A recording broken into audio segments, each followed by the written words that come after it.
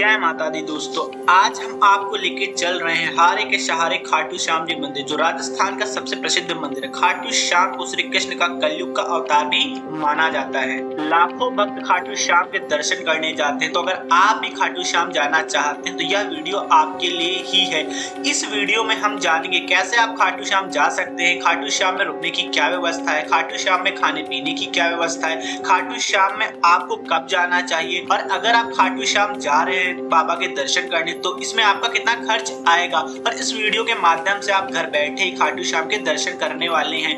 इसके अलावा दोस्तों, जितने भी खाटू श्याम के आसपास के दर्शन करने वाले मंदिर बने हैं उनके भी दर्शन आज की इस वीडियो में आपको होने वाले हैं। तो अगर अभी तक आपने हमारे चैनल को सब्सक्राइब नहीं किया तो हमारे चैनल को सब्सक्राइब कर दें, बेल आइकन को प्रेस कर दें, क्योंकि हमारे चैनल पर ऐसे ही यात्रा से जुड़े हुए इन्फॉर्मेटिव वीडियो बराबर अपलोड होते रहते हैं। तो चलिए चलते हैं और करते हैं खाटू श्याम के दर्शन। खाटू श्याम मंदिर राजस्थान के सीकर जिले में स्थित है, जहां आप तीनों तरीके से बहुत आसानी से जा सकते हैं। सबसे पहला तरीका है बाई ट्रेन। अगर आप खाटू श्याम बाई ट्रेन जाना चाहते हैं तो खाटू श्याम का सबसे नजदीकी रेलवे स्टेशन रिंगस है। रिंगस से खाटू श्याम की दूरी मात्र 18 किलोमीटर के आसपास है। तो अगर आपके शहर से रिंगस के लिए ट्रेन चलती है तो आप बाई ट्रेन रिंगस आ जाइए। रिंगस स्टेशन के बाहर से ही खाटू श्याम के लिए टैक्सी की सुविधा उपलब्ध हो जाती है। 25-30 रुपए पड़ते हैं टैक्सी से, और टैक्सी वाले आपको खाटू श्याम पहुंचा देते हैं। इसके अलावा अगर आपके शहर से रिंगस के लिए ट्रेन नहीं है तो फिर आपको जाना होगा जयपुर। जयपुर के लिए भारत के सभी मुख्य शहरों से सीधे ट्रेन चलती है, तो आप बाई ट्रेन जयपुर आ जाइए। अगर जयपुर से खाटू श्याम की दूरी की बात करें तो लगभग 80 किलोमीटर के आसपास की दूरी पड़ती है जयपुर से खाटू श्याम मंदिर की। और जयपुर पहुंचने के बाद आपको जयपुर से खाटू श्याम के लिए बस मिल जाती है और रिंगस के लिए बस मिल जाती है। अगर आप रिंगस तक जाना चाहते हैं तो बस वाले आपसे 100 रुपए के आसपास का चार्ज करते हैं। अगर आप सीधे जयपुर से खाटू श्याम जाते हैं तो बस वाले इसमें आपको 150 रुपए से लेकर 200 रुपए के आसपास का चार्ज करते हैं। तो आप बाई बस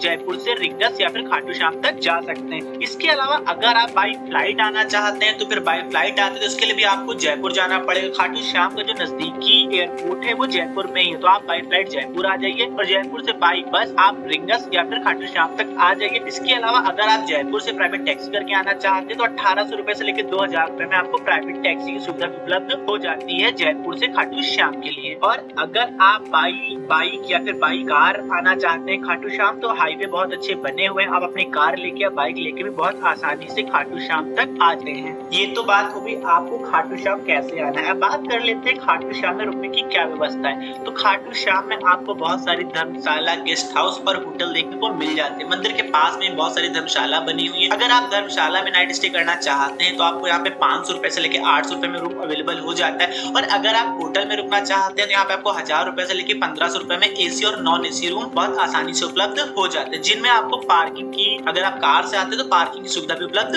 हो जाती है। तो दोस्तों, अभी हम लोग भी बाई कार पहुंच चुके हैं खाटू श्याम। अगर आप अपनी कार से आते हैं तो मंदिर से करीब 1 से 1.5 किलोमीटर पहले ही बहुत बड़ी पार्किंग बनी हुई है, और यहीं पे आप फ्रेश होने के लिए, नहाने के लिए बाथरूम की सुविधा भी उपलब्ध कराई जाती है। तो आप अपनी कार यहीं पार्क कर दीजिए। पार्क करने के बाद आप यहीं पे स्नान कर लीजिए, फ्रेश हो जाइए, और यहीं से आप सीधे चले जाइए खाटू श्याम मंदिर दर्शन करने। तो अभी हम लोगों ने भी यहीं पे अपनी गाड़ी पार्किंग में लगा दी। पार्किंग के चार्ज की बात करें तो यहाँ पे कार के लिए आपको 50 रुपए का चार्ज देना पड़ता है, और अगर आप अंदर फ्रेश होने जाते हैं, नहाने जाते हैं तो इसके लिए भी आपको 20 रुपए का चार्ज देना पड़ेगा। तो हम लोगों ने अपनी गाड़ी यहीं पे पार्क कर दी और यहीं पे नहा लिए। अब यहीं से चलते हैं मंदिर के दर्शन करने। आप जैसे ही मंदिर की तरफ बढ़ेंगे आप देखेंगे यहाँ पे बहुत से लोग यहाँ पे खाटू श्याम मंदिर में ध्वजा चढ़ाई जाती है, और बहुत से भक्त ध्वजा में अपना नारियल बांध के भी ध्वजा चढ़ाने जाते हैं। कहते हैं जिन भक्तों की मुराद पूरी हो जाती है वो ध्वजा के साथ नारियल लेके खाटू श्याम मंदिर में चढ़ाने जाते हैं। अगर खाटू श्याम में ध्वजा के रेट की बात करते हैं, यहाँ पे आपको ध्वजा 40 रुपए, 50 रुपए, 100 रुपए, 200 रुपए इन रेट पे उपलब्ध हो जाती है। तो अभी हम लोग आगे चल रहे हैं। जैसे आप खाटू श्याम मंदिर से थोड़ा पहले पहुंचेंगे तो यहीं पे एक बहुत ही बड़ा मुख्य द्वार बना हुआ है। यहीं पे बहुत से भक्त आते हैं, फोटो क्लिक करवाते हैं। यहाँ पे भी आप थोड़ी बहुत फोटो क्लिक करवा सकते हैं। अब हम लोग यहाँ से आगे चल रहे हैं। और दोस्तों, अगर आप कार लेके आए तो इस गेट से आगे आप अपनी कार लेके भी नहीं जा सकते हैं। तो अभी हम लोग आगे चले। खाटू श्याम मंदिर में चढ़ाने के लिए आपको इत्र और गुलाब का फूल लेना चाहिए। कहते हैं इत्र और गुलाब का फूल खाटू श्याम महाराज को बहुत ज्यादा पसंद है। सभी भक्त फूल ले लेते हैं या फिर इत्र लेते हैं। अभी हम लोग भी इत्र खरीद लेते हैं, फिर आगे चलते हैं खाटू श्याम के दर्शन करने। और दोस्तों, अगर यहाँ पे खाने पीने की बात करें तो पूरे रास्ते भर मंदिर तक बहुत सारे होटल और रेस्टोरेंट बने हुए हैं, जिनमें आप लंच, डिनर, ब्रेकफास्ट बर्दाश्त कर सकते हैं। और यहाँ पे आप देखेंगे कि बहुत सारे पेड़े की दुकानें भी हैं। खाटू श्याम का जो पेड़ा होता है बहुत ही मशहूर है और बहुत से भक्त खाटू श्याम में प्रसाद में चढ़ाने के लिए पेड़े भी खरीदते हैं। तो अगर आप पेड़े खरीदना चाहते हैं तो आप खाटू श्याम मंदिर में चढ़ाने के लिए आप पेड़े भी खरीद सकते हैं, लेकिन अंदर कोई भी प्रसाद नहीं लिया जाता है। तो दोस्तों, जब आप खाटू श्याम मंदिर जाते हैं तो खाटू श्याम मंदिर से पहले आपको कई सारे मंदिर के दर्शन होते हैं। सबसे पहले आपको इस बालाजी मंदिर के दर्शन हुए। यहाँ पे बजरंगबली की मूर्ति है, यहाँ पे बजरंगबली के दर्शन करने के बाद अभी हम लोग आगे चल रहे हैं। आगे जाने के बाद हम लोग पहुंचेंगे प्राचीन श्री श्याम कुंड। यहाँ पे चिंताहरण गायत्री का मंदिर बना हुआ है। आप सभी भी यही गायत्री माँ के दर्शन करिए, फिर बालाजी के दर्शन करें। इसी मंदिर के अंदर में एक छोटा सा खाटू श्याम मंदिर भी बना हुआ है, तो खाटू श्याम मंदिर में जाके भी आप दर्शन कर लें। दर्शन करने के बाद आप जब पीछे वाले रास्ते से वापस आएंगे तो एक रास्ता खाटू श्याम का जो कुंड बना हुआ है इस कुंड को जाता है। तो अभी इस कुंड के अंदर हम लोग चल रहे हैं। इस कुंड के अंदर भी आपको एक तो पुजारी बैठे मिलेंगे और यहाँ पे छोटे छोटे शालिग्राम रखे हैं, आप इनको दर्शन कर लेने। दर्शन करने के बाद आपको इस मंदिर से बाहर आ जाना है। इस मंदिर में दर्शन करने के बाद जब आप आगे थोड़ा सा जाएंगे, थोड़ी दूर पहुंचने के बाद यहाँ पे आपको फिर से एक प्राचीन श्याम कुंड मिलेगा। तो अभी हम लोग चल रहे हैं प्राचीन श्याम कुंड। इस कुंड के बारे में मान्यता है कि श्री खाटू श्याम का शीश जिस धरा के भाग से अवतरित हुआ था वो यही स्थान है, इसीलिए इसका नाम श्याम कुंड पड़ा। और ऐसा माना जाता है कि इस कुंड में जो श्याम भक्त सच्चे मन से डुबकी लगाता है वो अपनी बुराइयों को दूर करके अच्छे शरीर का धनी हो जाता है। हम लोगों के पास समय कम था, इस वजह से हम लोग इस कुंड में स्नान नहीं कर पाए, लेकिन अगर आप खाटू श्याम आ रहे हैं, आपके पास समय, तो आपको इस कुंड में स्नान जरूर करना चाहिए, क्योंकि यह जो कुंड है बहुत ही अच्छा बना हुआ है। और यह कुंड आप देखेंगे यह सीधे सीढ़ियों के थ्रू आपको नीचे जाना, और कुंड देखेंगे जिसमें पानी बहुत ही छोटा कुंड है, लेकिन कुंड का जो व्यास बहुत ही बड़ा है। तो अभी हम लोग यहाँ से आगे चल रहे हैं और करीब 10 मिनट पैदल चलने के बाद अभी हम लोग पहुँच गए खाटू श्याम मंदिर दर्शन करने के लिए। यहाँ पे बहुत ही ज्यादा लंबी लाइन लगी है, आप देख रहे हैं कि अभी यहाँ लाइन कितनी लंबी लगी हुई है, लेकिन अभी यहाँ से मंदिर नहीं दिख रहा है। तो हम लोग भी लाइन में लगते हैं और चल के खाटू श्याम के दर्शन करते हैं। तो दोस्तों, जब तक हम लोग लाइन में लगे हैं तब तक आप खाटू श्याम के बारे में थोड़ी सी जानकारी दे देते हैं। क्या खाटू श्याम कौन था और इनका नाम खाटू श्याम क्यों पड़ा? Khatu Shyam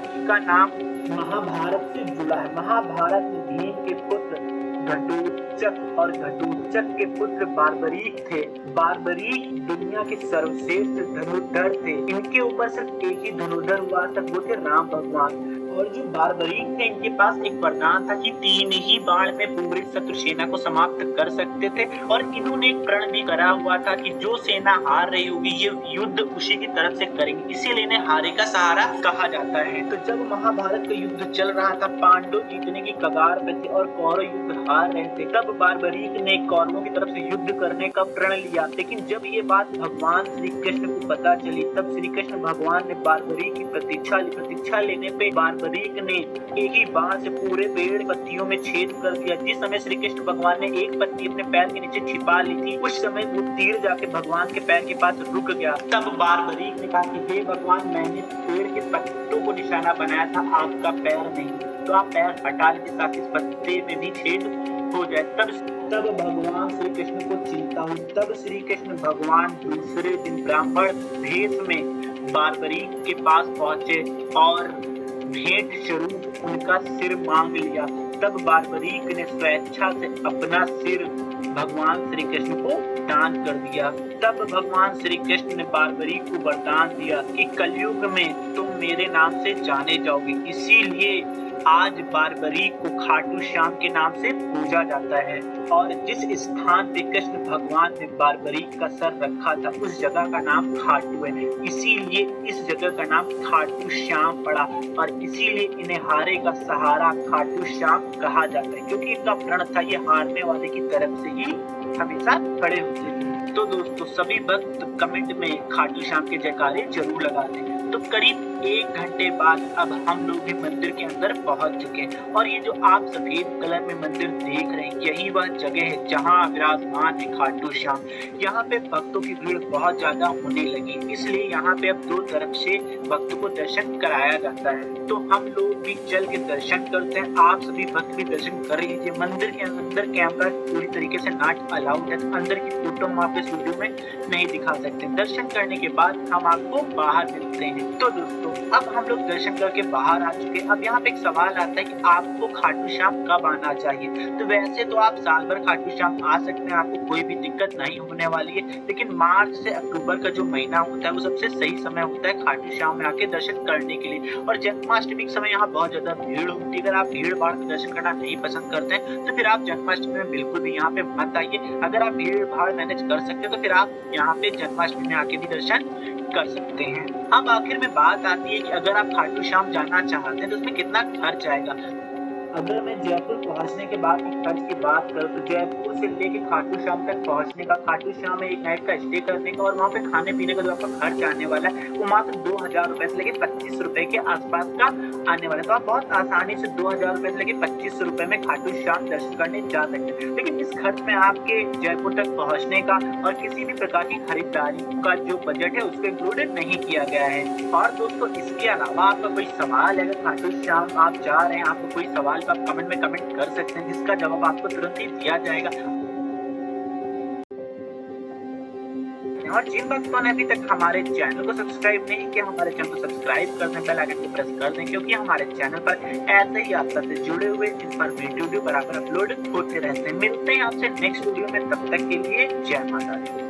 Subscribe now and press the bell icon.